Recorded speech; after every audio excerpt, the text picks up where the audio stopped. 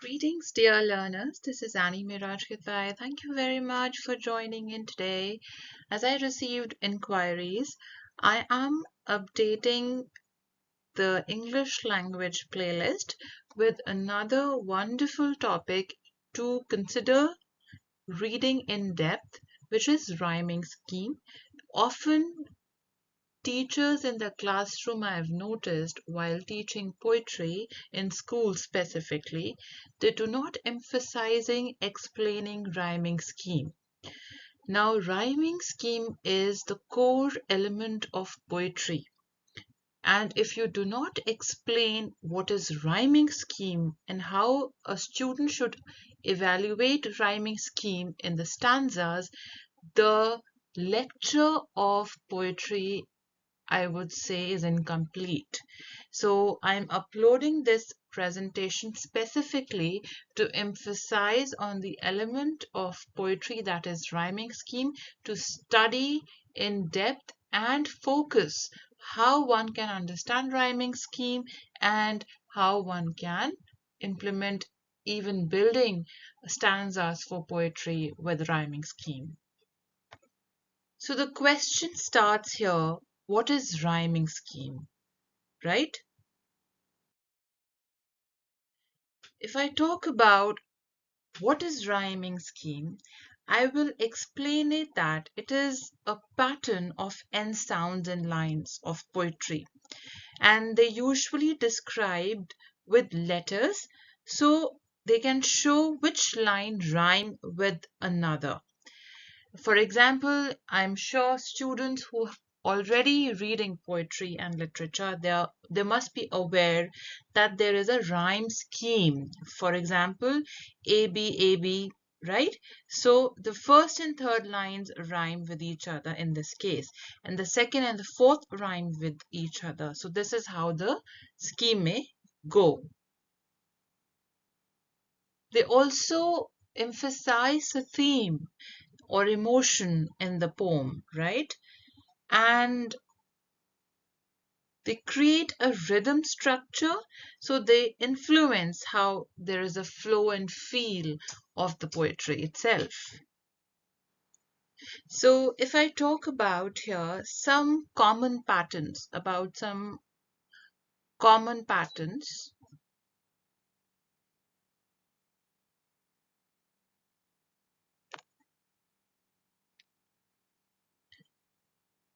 for example, A, B, like I just said. So there is an alternating pattern, you can say there is A, B. So there is an alternating pattern where lines 1 and 3, line 1 and line 3 rhyme, and line 2 and line 4 rhyme. So this is one pattern. As an example, I have just explained. Another can be seen as uh, A, B, for example. So there's a consecutive rhymes here where lines 1 and 2 rhyme and line 3 and 4 rhyme. So for example, this is line 1, this is 2, this is 3, and this is 4.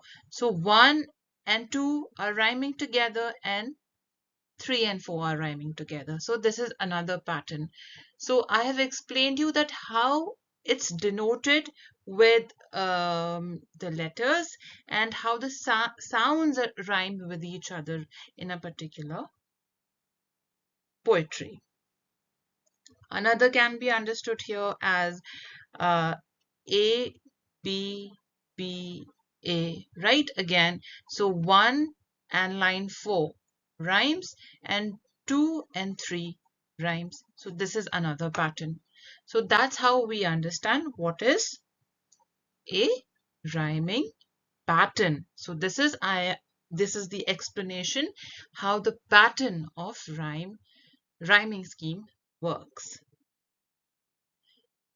So now rhyming schemes are not just about sound. It's not about that, okay, there are two words and they are rhyming with each other.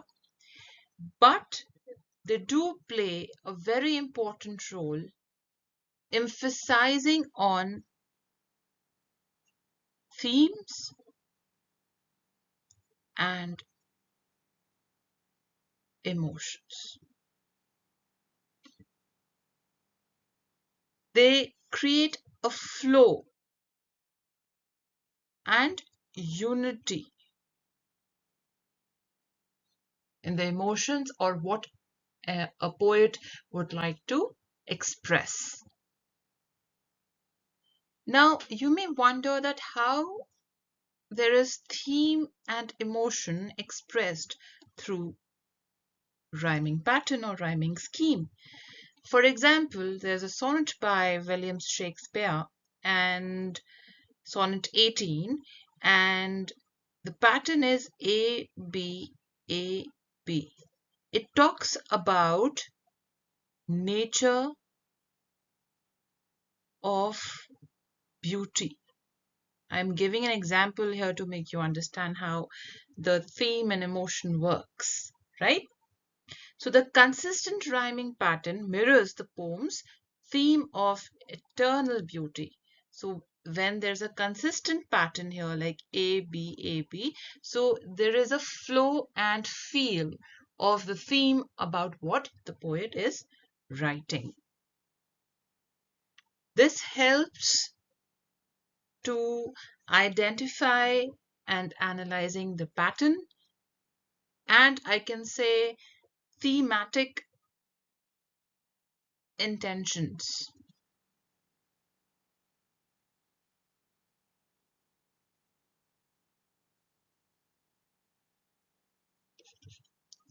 So the thematic intentions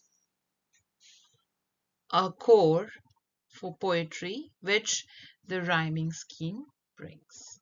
I hope this is clear.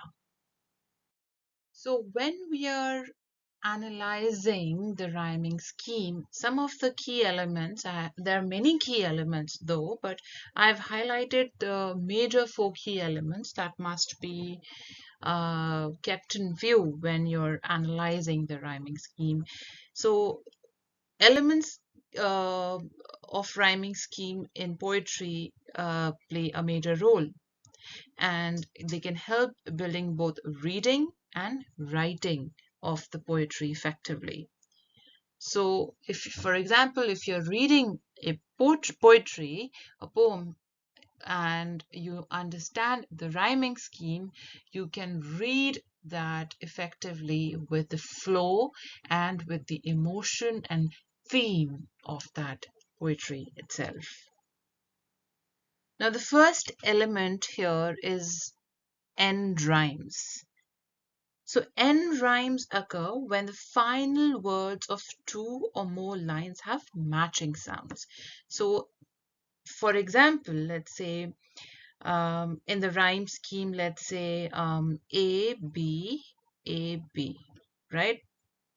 So the first and third line rhyme with each other, first and third, and the second and the fourth line rhyme with each other, right? I hope this is clear. Now, the rhyme scheme pattern, what it is actually, this is important. Like I have just explained some common pattern in the previous slide here itself. So how we can understand the pattern of rhymes at the end of each line of a poem, often represented by letters, like I've just explained you before, like these are the letters. So these are like A, B, B, or C, D, C, D. So these are the letters, sorry,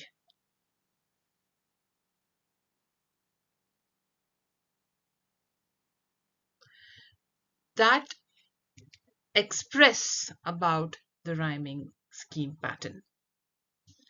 Now we will focus on some common patterns, like I've just told you, like there were alternating rhymes, consecutive rhymes, enclosed rhymes, variable rhymes, or mixed or simple.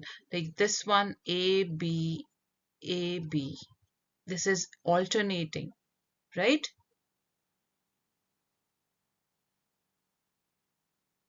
it has alternating pattern, like first and third, second and fourth. A, A, B, B. Consecutive, like 1, 2, 3, 4. This is how it's rhyming.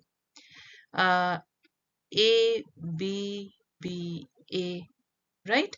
So they're enclosed. First and the fourth, enclosed at the first place and the second place of the line, and second and third, the second place and the third place of the line. Or we can say A, B, A, C. So they are variables, or A, B, C, C, B, or C, right? So this one is mixed. We can call it as mixed or simple pattern. I hope this is clear. So this is how the rhyme scheme pattern works. Then we will discuss the stanza structure. So there is another element, these are the key components or key elements of poetry and rhyming scheme. If you are reading poetry, it's very important to learn about a rhyming scheme and reading about rhyming scheme in detail. So these are the elements that help you understand rhyming scheme. So there, how end rhyme works, how does the scheme pattern works, how we can understand the stanza structure, and what are internal rhymes. Before I'll move on to internal rhymes, little bit I would like to explain about stanza structure, and then we will see about stanza structure in detail. So stanza structure is basically how the lines in a group or a stanza is organized, right? And whether they rhyme or they do not. Like uh, there are poetry which has no rhyming scheme. For example, My Mother at 66. If you read that, there's no rhyming scheme. So there are many poetry which uh, uh, they do not rhyme at all, and sonnets, specifically lyrical or ballad form or musical, they do rhyme. So there are, I would say, types or forms of poetry. So the poetry with lyrical, which is lyrical in form, musical or ballad form, does have a rhyming scheme. Understanding about internal rhymes. Now, what it is actually? So, internal rhymes are rhymes that occur within a single line of poetry or between the middle of the words of two lines. For example, let's take this example. The cat sat on the mat with a hat. So cat, sat, mat, hat, they are rhyming with each other. So this is an example of internal rhyme. I hope this is clear. Let's move forward. So here I have created a separate slide for understanding stanza structure, which is extremely important whether you are reading a fiction in the form of a short story or you are definitely reading a poetry. Okay, so I'm so sorry to say, but many of the times I really get frustrated when the student or learners or even the teachers, they are not aware about stanza structure. So what is stanza, how we can understand what is stanza, right? So difference between a stanza and a paragraph and précis, this is extremely important in writing skill. So these are the technicalities, I would say, of the writing, right? So how the lines are organized into groups or stanzas, and they create a rhyming scheme. So that's how we understand the stanza structure for the poetry. For example, there are types of stanzas. The first one is the couplet, where two lines with the same rhyme, like A and A. Okay? Then we have tercet, three lines with various rhyming patterns like ABA or AAA. There are three lines together. Then we have quatrain, four lines in a stanza with various rhyming patterns ABAB, AABB. We'll see the example to understand the stanza structure in detail. Then we have sestet, where six lines often with patterns like CDE, CDE. So, for example, this is first, this is second, this is third, this is fourth, fifth, and sixth. And then we have octave, eight lines with patterns like ABB, AABBA, right? So this is how we understand about the stanza structure and the types of stanza. When you understand the stanza structure, my dear learners, it's very easy to figure out the rhyming pattern and rhyming scheme in the stanza, or finding about the internal rhyme as well. But if you are not aware about the structure of the stanza, it would be very difficult, or even your rhyming scheme, if you will try to figure out which rhyming scheme is here by reading or analyzing the text, your text will go wrong. I mean, your analysis will go wrong. Sorry, your analysis will not be accurate if you are not aware about the structure of the stanza. I hope this is helpful for you. Let's move forward. So I have taken the example of one of the famous poetry, Death Be Not Proud by John Donne, and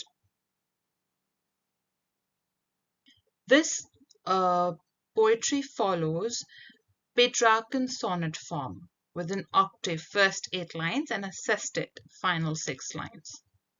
So if you will see the first 4 lines here, Death be not proud. If you will see from these 4, I'm not going to explain the poetry here, rather I'm going to make you understand the rhyming scheme only. I can explain poetry in another video. So if you'll see the first 4 lines, Death be not proud, though some have called thee mighty and dreadful, for thou art not so. For those whom thou think'st thou dost overthrow, die not, poor Death, nor yet canst thou kill me. So here the first 4 lines, these are the first 4 lines, and they have a rhyming scheme of A, have called thee,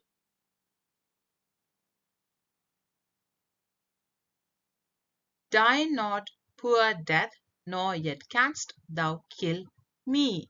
So the first and fourth is rhyming together, and the second, not so, overthrow, is rhyming together. So the scheme or pattern will be or would be ABBA. I hope this is clear. So now you also have a search term you can find about yourself. This is your assignment to search about Petrarchan sonnet form, okay, which is also known as the Italian sonnet, is a specific structure of sonnet used primarily by Italian poet and then were used by the English poets as well. So now here in this slide, we see the next 4 lines of the octave itself, and the rhyming pattern is ABBA. So the theme is death here.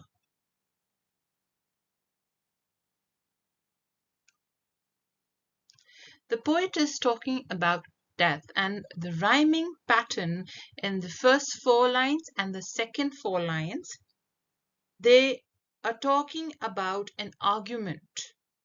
When I will be explaining the meaning of this poetry, then you will understand more. But right now, I'm just talking about the technicality so that you understand how the rhyming scheme or rhyming pattern work. So there is an argument going on with the expression of the poet itself about death, that death be not proud. The gist of this poetry is that the poet is talking about that death is transformational, so soul never dies, basically. So in the first 4 lines, the flow of the expression with the rhyming pattern is also followed in the next 4 second lines of the octave itself. So there is an argument going on about death. Okay. Petrarchan sonnet is made up of 14 lines basically. So you have to search about it.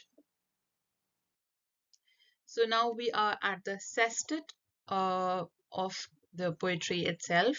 That is, we are analyzing the 4 and final 2 lines, next 4 and the final 2 lines of the poetry. Okay, so sestet has 6 lines, octave 8.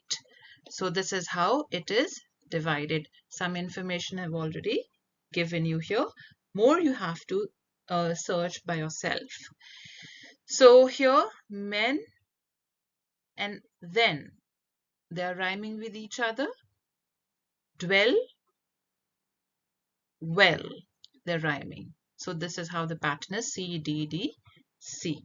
So these lines are, supporting. They're coming as a supporting element for the theme of death to provide more logic and reasoning.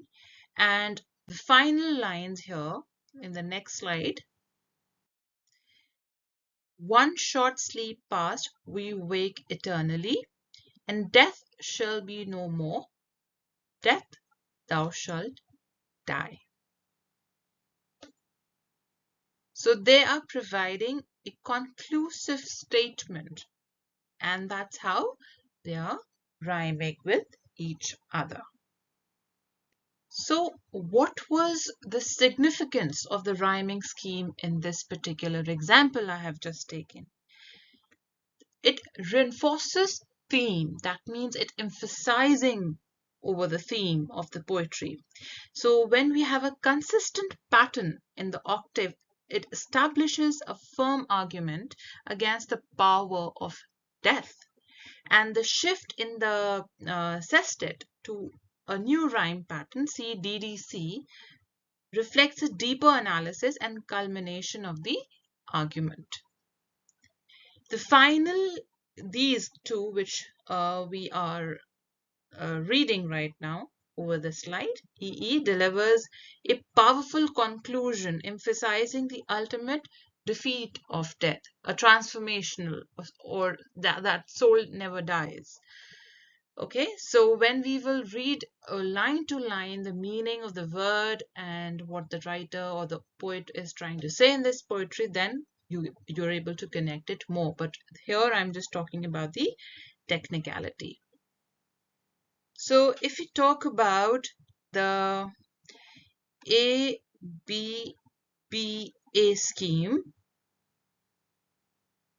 it had created harmonious and balanced sound, poem's musical quality. And the variation in the sestet keeps the reader engaged. So the first 8 lines, I can say they were creating a musical quality because they were rhyming with each other, and the next 6 lines were making the reader to get involved more, that what further and how further the writer expresses his thoughts or his views around death being transformational. And the final lines provide in the form of a couplet, because there are two. So couplet is of two lines. A memorable and emphatic finish, leaving a lasting impression on the reader. So this is how we broke down the rhyming scheme pattern. Thank you so very much for watching this video till the end. And if you have any more questions further, this video presentation I specifically created for Avinash Sangvi, who had posted a question to me that I do not understand about rhyming scheme. How should I figure out about rhyming scheme in poetry? I do not understand. Come and join me for the sessions. I will make you understand more deeply how you can analyze rhyming scheme in detail. And there are many, many more technicalities. There's meter, iambic, pentameter. There's so many things to learn, and there's free verse poetry. So we'll dissect each and every element around it. So join me. You can find about me at vertexthesolution.com. And I'm a language expert. I'm master's in English literature after my bachelor's, majoring in English literature as well. So I can help you understanding the technicalities of literature. Thanks for watching and have a great day.